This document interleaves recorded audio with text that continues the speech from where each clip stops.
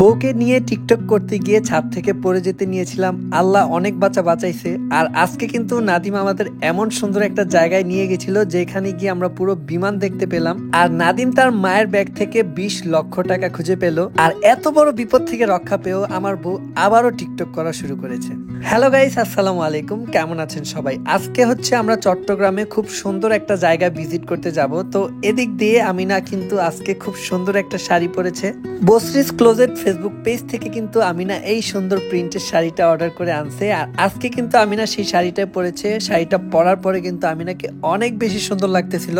আর শাড়ি পরে তারপর হচ্ছে আমিনাকে নিয়ে আমরা চলে গেলাম ছাদে। আর ছাদে আমিনা আর কুমকুম মিলে খুব সুন্দর সুন্দর ছবি উঠাচ্ছিল। তো ছাদের উপরে আরো একটা ছাদ আছে, যে ছাদটা অনেক বেশি সুন্দর। আর এই জায়গা থেকে আশেপাশের ভিউ গুলো আরো বেশি সুন্দর। আর আমিনা কিন্তু কুমকুমকে অনেক বেশি পছন্দ করে। আসলে আমিনার কোনো ছোট বোন নেই, আর আমিনা আর কুমকুমকে দেখলে মনে হয় ওরা যেন দুই বোন। তারপরে হচ্ছে আমি আর আমিনা মিলে এই জায়গায় ছবি তুলতে গিয়ে আমাদের সাথে ঘটে যায় খুব ভয়ঙ্কর একটা কাহিনী। মানে আমিনা কিন্তু একটুর জন্যই পড়ে যেতে নেয়। আর আমিনা ছবি সুন্দর করার জন্য কত সুন্দর একটা আইডিয়া বের করছে দেখেন। এই শাড়িটা হচ্ছে এই রেলিং এর মধ্যে বাঁধ দিয়ে তারপরে ছবি তুলতেছে। তারপর হচ্ছে আমরা বাসায় চলে গেলাম। বাসায় গিয়ে দেখলাম আন্টি সহ সবাই রেডি হয়ে গেছে। যাই হোক, আমরা কিন্তু বের হয়ে গেলাম বাসা থেকে। আর বাসা থেকে বের হয়ে যাব আমরা কিন্তু অনেক বেশি মানুষ, এই জন্য ভাবতেছি যে আমরা এক গাড়িতে কিন্তু যেতে পারবো না। তাই নাদিমের বাইক নিয়ে সোহাকে নিয়ে চলে গেল। কিন্তু আমাদের অনেক ভয় করতেছিল, এই কারণে আমরা হচ্ছে কিছুক্ষণ যাওয়ার পরে তারপরে আবার সোহাকে গাড়িতে উঠালাম। যাই হোক, আজকে কিন্তু আমরা যাচ্ছি চিটাগাং বোট ক্লাব। তো এই জায়গাটা কিন্তু অনেক বেশি সুন্দর। আর এই পুরো চিটাগাং শহরে রাস্তায় কোনো জ্যাম নেই। এই জায়গাগুলো দেখে আমার মনে চাচ্ছিল যেন ঢাকা থেকে একবারে চিটাগাং চলে আসি।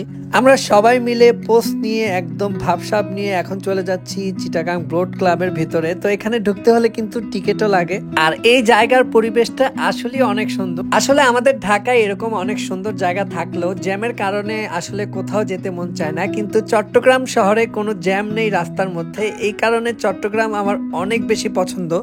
আর এখানে কিন্তু আমরা একটা স্পাইডারম্যান আর একটা ব্যাটম্যানও দেখতে পাই। আর ওরা কিন্তু খুব বেশি কিউট ছিল গাইজ। তারপরে হচ্ছে আমরা চলে গেলাম রেস্টুরেন্টের জায়গায়। তো এখানে বসে আমরা এখন খাওয়া দাওয়া করব। তো একটু পরে দেখলাম যে একটু পরপর এখান থেকে বিমান ল্যান্ড করতেছে।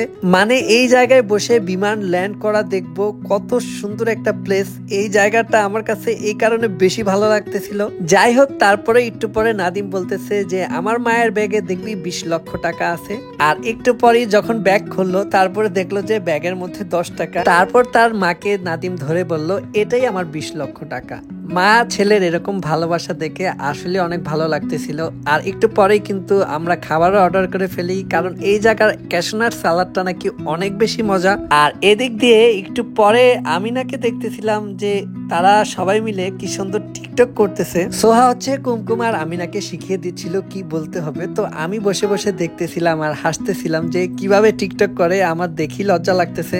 যাই হোক, এই যে ওরা কিন্তু টিকটক করা শুরু করে দিয়েছে। তো কপিরাইটের কারণে হচ্ছে আমি গানটা দিতে পারলাম না। তো এই যে তারা টিকটক করতেছে আর আমরা বসে বসে একটু পরপরই বিমান দেখতেছিলাম। যাই হোক, একটু পরেই দেখলাম আজান দিয়ে দিছে। আর কখন আমাদের খাবার আসবে সেটা নিয়ে আমরা অপেক্ষা করতেছিলাম।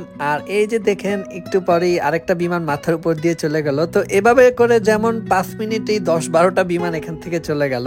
আর এই যে দেখতে পাচ্ছেন আমাদের খাবার চলে আসছে। আর এটা হচ্ছে ক্যাশনাট সালাদ, এটার দাম নাকি 625 টাকা। এছাড়াও আমরা 2টা লাচ্ছি খেয়েছিলাম 500 টাকা দিয়ে। যাই হোক, এই দামের হিসাব করে লাভ নাই। তারপরে আমরা গাড়ি নিয়ে আরেকটা রাস্তায় চলে গেলাম। তো এই রাস্তাটা দেখে আমাদের কিন্তু রাজশাহীর কথা মনে পড়ে যাচ্ছে। আর এখন কিন্তু আমরা চলে আসছি পতেঙ্গা সি বিচ। তো এখানে এসে দেখলাম যে এখানে কাঁকড়া আরো অনেক মজার খাবার বিক্রি করে, কিন্তু এগুলো আমরা খেলাম না, এগুলো বলে বেশি মজা লাগে না। কিন্তু আমিনা আর কুমকুম ঝালমুড়ি দেখে দৌড় দিয়ে ঝালমুড়ি খেতে চলে গেল। তো ওরা বোম্বাই মরিচ দিয়ে এতগুলো ঝালমুড়ি কিনছে, কিন্তু শেষ পর্যন্ত কেউই খেতে পারে নাই।